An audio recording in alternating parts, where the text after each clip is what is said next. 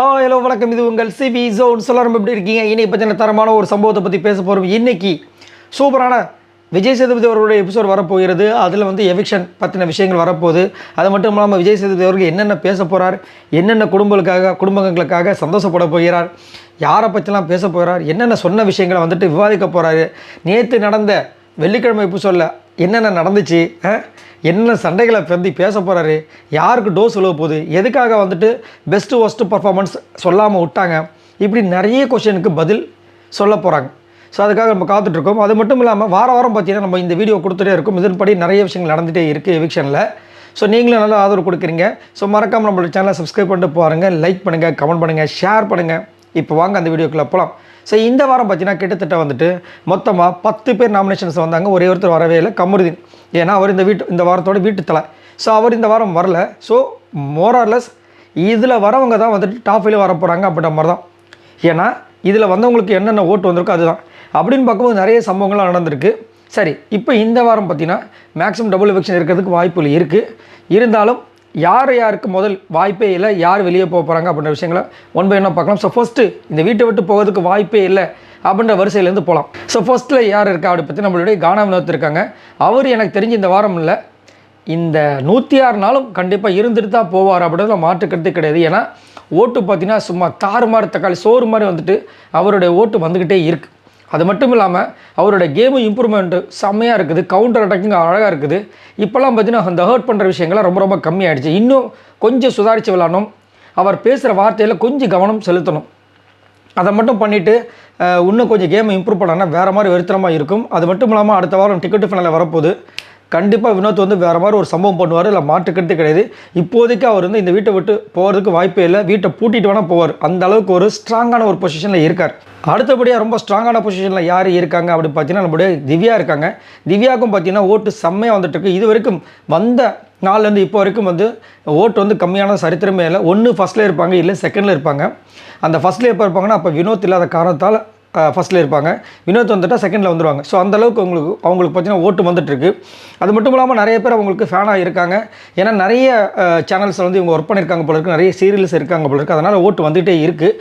இருந்தாலும் இவங்களுடைய அந்த போல்ட்னஸ் சூப்பராக இருந்தாலும் ஒரு சில பேருக்கு மட்டும் வந்துட்டு அவங்க ஒரு சில விஷயங்கள் பண்ணுறாங்க. அதை தவிர்த்து மற்றவங்களுக்குலாம் எப்படி வந்து மதிப்பு கொடுக்குறாங்களோ, இப்போ கனி கூட எப்படி ரியாக்ட் பண்ணுறாங்க, மற்றவங்க கூட எப்படி ரியாக்ட் பண்ணுறாங்களோ அதே மாதிரி பார்வதி, கமருதி இவங்ககிட்டையும் வினோத் அவங்ககிட்டையும் பண்ணாங்கன்னா இன்னும் சூப்பராக அவங்களோட கேம் நல்லா இருக்கும். பட் எனக்கு தெரிஞ்சு இந்த வாரம் அவங்க போகிறதுக்கு வாய்ப்பே கிடையாது. அடுத்தது பிரச்சனை இல்லாத நபர் பார்த்தீங்கன்னா நம்மளுடைய பார்வதி. ஆனால் இவங்களுக்கு பிரச்சனை இருக்குன்னு சொல்லி நிறைய சேனலில் போட்டு கண்டிப்பாக வந்து ஒரு ஹைப்பை க்ரியேட் பண்ணிகிட்டே இருப்பாங்க. அந்த மாதிரி தான் ஒரு சம்பவத்தை பண்ணுறாங்க இந்த சீசன் 9 ஃபுல்லாகவே வந்து நம்மளுடைய பார்வதி.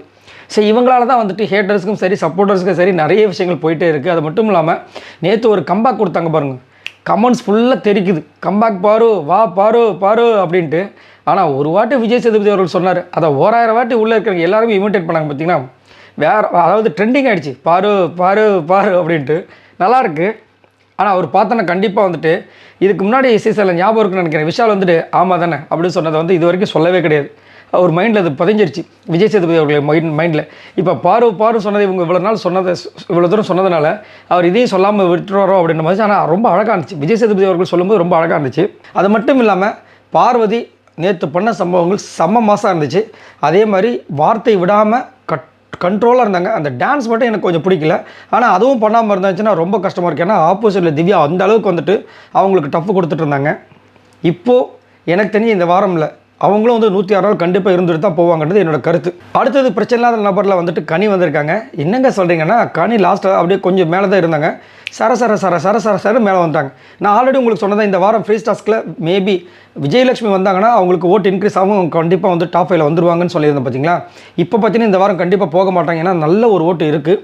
அது மட்டும் இல்லாமல் அவங்கக்கிட்ட விஜயலட்சுமி சொல்லும்போதே ஒரே ஒரு வார்த்தை சொன்னாங்க, டிக்கெட்டு ஃபினாலெல்லாம் பக்கா பண்ணு. ஸோ கண்டிப்பாக வந்து எனக்கு தெரிஞ்சு அவங்கள அனுப்ப மாட்டாங்க. கண்டிப்பாக மேக்ஸிமம் வந்து டாப் 5 இருக்கிறதுக்கு கனி வாய்ப்பு இருக்குது. அதே மாதிரி ஒரு பக்கம் அவங்களோட கேம் அப்படி இப்படி இருந்தாலும் சரியான டஃப்பான ஒரு கண்டஸ்டன்ட்.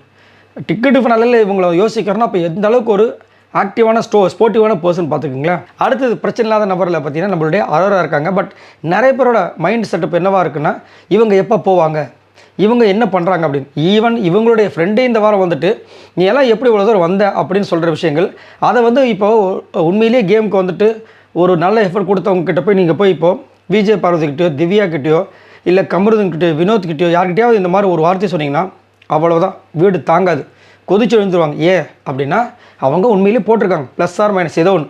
ஆனால் இதே நம்ம அரோரா கிட்ட வந்துட்டு இவங்க போய் சொன்னால் அரோரா சிரிக்கிறாங்க.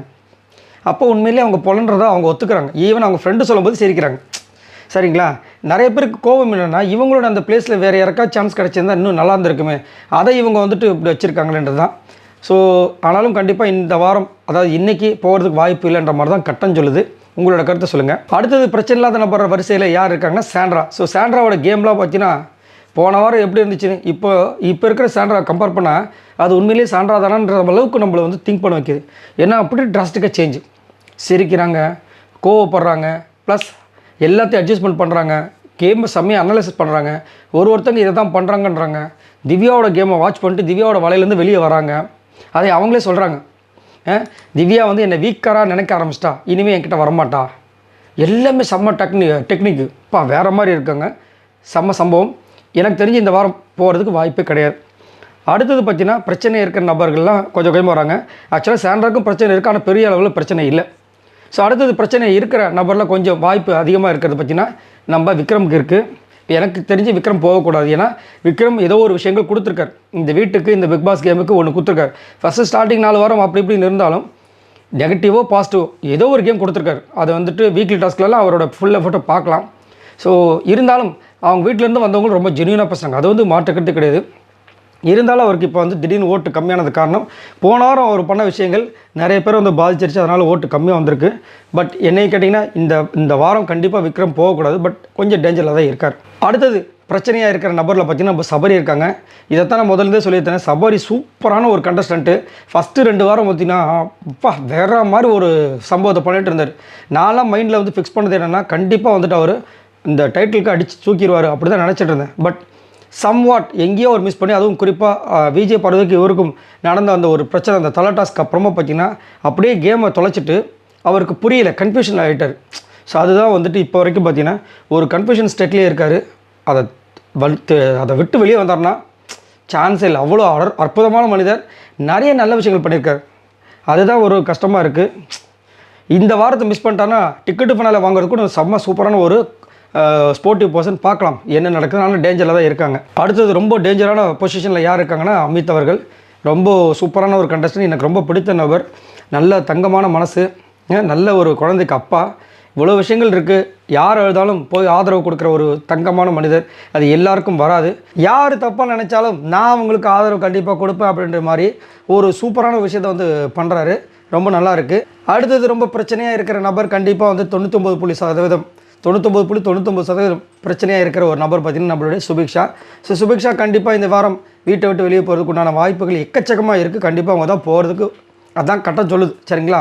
ஹோட்டலையும் சரி, அதேமாதிரி நேற்று பிக் பாஸ் வீட்டுக்குள்ளே வந்த அவங்களுடைய உறவினர்கள் எல்லாரும் முக்கியமாக பேசின ஒரே ஒரு விஷயம், இப்போ நீ வெளியே வந்தாலும் சந்தோஷமாக வரணும், அழக்கூடாது. இதுதான் அதிகப்படியாக சொன்னாங்க. பீட் பாக்ஸிங் நிறுத்து அது இதுன்னு சொன்னாங்க. ஆனால் அதிகப்படியாக வந்து இது மட்டும்தான், இதுதான் வந்து ரொம்ப ஸ்ட்ரெஸ் பண்ணி சொன்னாங்க. அவங்க அப்பா வந்தாலும் சரி, அம்மா வந்தாலும் சரி, தம்பி வந்தாலும் சரி.